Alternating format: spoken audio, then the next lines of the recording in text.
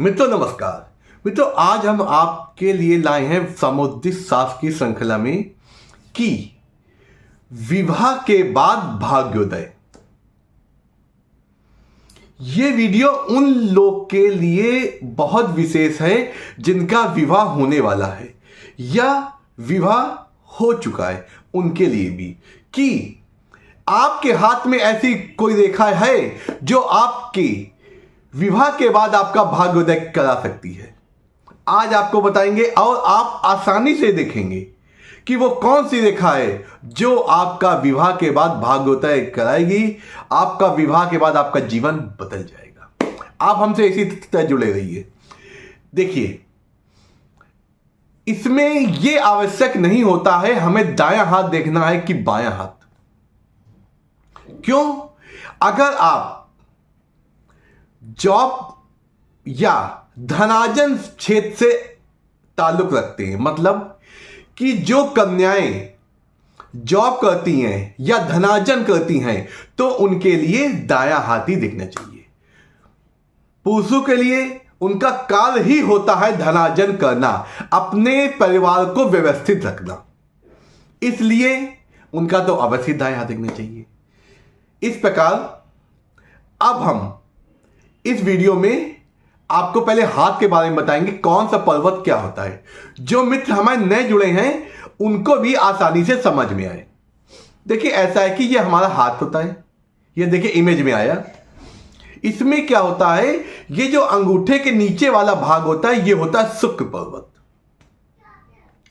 और ये जो जीवन रेखा है ये देखिए इसके जो इस तरफ वाला भाग होता है ये होता है हमारा चंद्र पर्वत।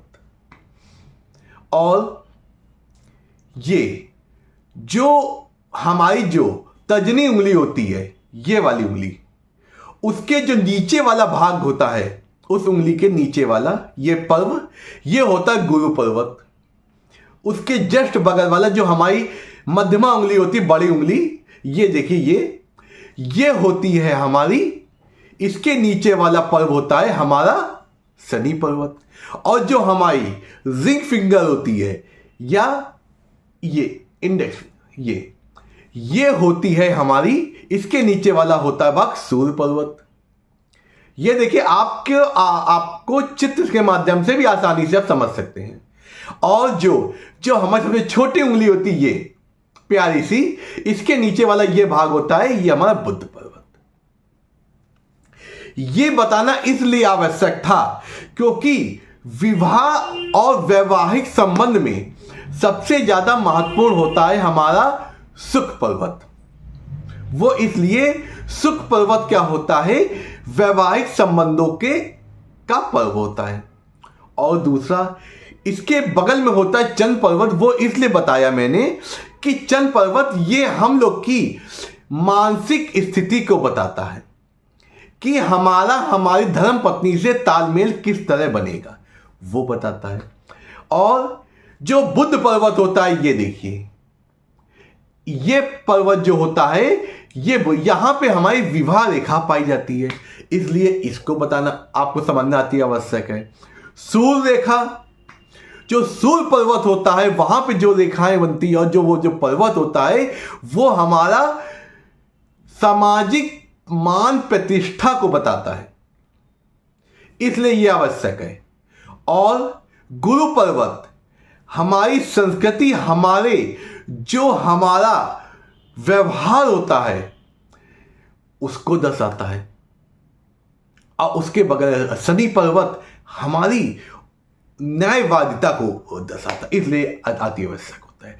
अब आप अपने हाथ में देखिए, जो मैं जिस रेखा के बारे में बताने जा रहा हूं वो रेखा आपके हाथ में है। अगर नहीं है तो आपको कुछ ऐसे उपाय बताऊंगा जिससे वो रेखा बनती है और आपका जीवन सुख में हो जाता है। अगर आपका शुक्र पर्वत अच्छा है, जो हमने बताया अंगूठे से ये वाला है, ये जीवन रेखा से घिरा हुआ होता है, चित्र के माध्यम से भी आप देख सकते हैं। ये पर्वत अगर दोष रहित है, इसका मतलब कोई भी आपका तिल या कोई अशुद्ध निशान नहीं है, तो आपके वैवाहिक संबंध बहुत मधुर रहेंगे। आपका अपनी जीवन संगनी या जो आपके पतिदेव हैं उनसे आपके वैवाहिक संबंध बहुत अच्छे रहेंगे। आपकी बात वो समझेंगे, आपके जीवन में वैवाहिक जीवन में बढ़ोतरी आएगी। और अगर इसमें इस तरह अगर दिखाएं तो समझ लीजिए आपके जीवन में सुख समृद्धि आएगी। और अगर एक छोटी सी बात अगर ये दिखाएं इस तरह अगर ऊपर की ओर है तो इसमें कुछ आपके मतभेद हो सकता है। हमें उसमें मतभेद अगर की स्थिति है तो हमें उन रेखाओं को हटाने की जरूरत है। आसान उपायों के माध्यम से वो आप हटेंगी भी। अगर कोई रेखा हमारे सुख पर्वत से होकर अगर शनि पर्वत तक जाती है तो समझ लीजिए आपका विवाह के बाद आपका भाग्योदय होने से इसका मतलब सुख समृद्धि आने के योग हैं आपके अंदर। यह एक साधारण उपाय होता है। सुख पर्वत भी अगर आपका अच्छा है, चंद्र पर्वत भी अगर अच्छा उठा हुआ है और उसके साथ साथ आपका गुरु पर्वत भी उठा है, यह साधारण उपाय है, असाधारण निशान है, तो आपका जीवन बहुत अच्छा रहेगा। आपकी अगर लड़ाई या मतभेद भी होगा तो कुछ चंद पलों का होगा, सुबह हुआ शाम तक फिर मत होता। ये ऐसे जादुई चीज होने लगती है। कोई भी बात में अगर आपकी लड़ाई झगड़ा हो तुरंत नॉर्मल, कुछ देर बाद नॉर्मल।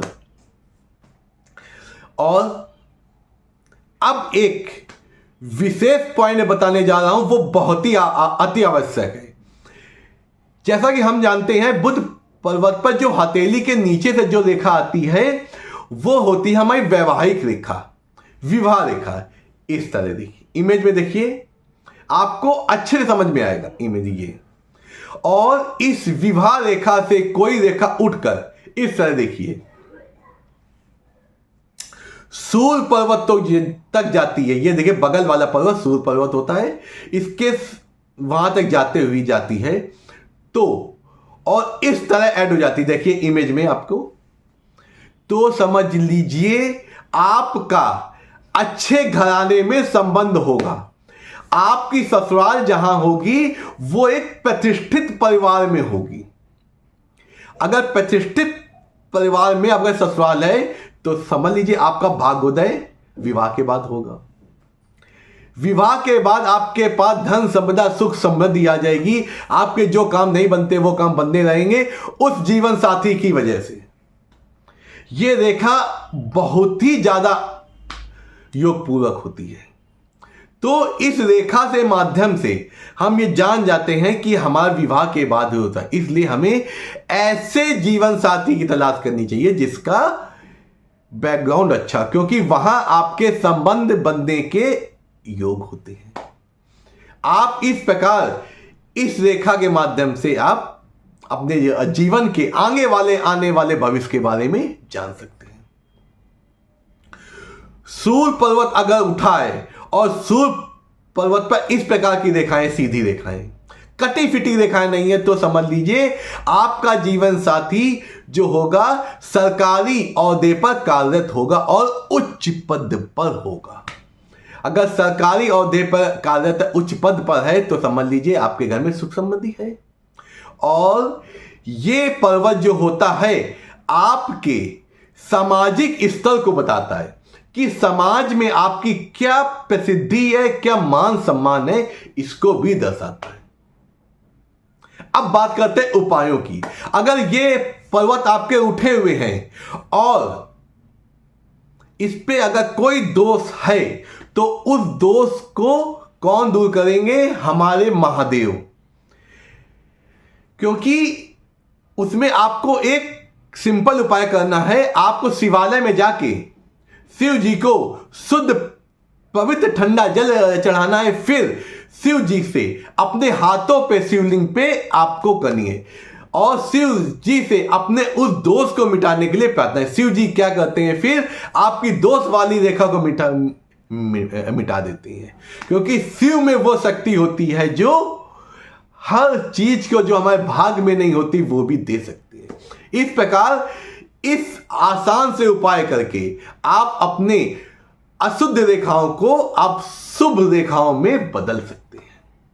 आपको शिव भक्ति में रहना है और प्रतिदिन शिवालय जाके आपको शिव जी से प्रार्थना करनी, जो हमने आसान उपाय बताना है। इस उपाय से आप अपने जीवन को और सार्थक बनाएं। शिव की जब कृपा होती है तो व्यक्ति को जीवन में सारे सुख मिलने लगते हैं। इस प्रकार आप अपने जीवन को और सुखमय और सुंदर बना सकती हैं। ये जो हमने कुछ आपको रेखाएं बताई हैं, इससे क्या होता है कि आपको विवाह के बाद आपका भाग्योदय होता है। और भी चिन्ह होते हैं, उसके बारे में मैं आपको नेक्स्ट वीडियो में बताऊंगा। आप अपने हाथ में सोचिए, आप अपने हाथ में ये चिन्ह देखिए, आप अपने प्रियजन के हाथ में देखिए, कहीं ऐसा चिन्ह तो नहीं है, क्योंकि ये चिन्ह आपके भाग्य को बदलने वाला है। नमस्कार।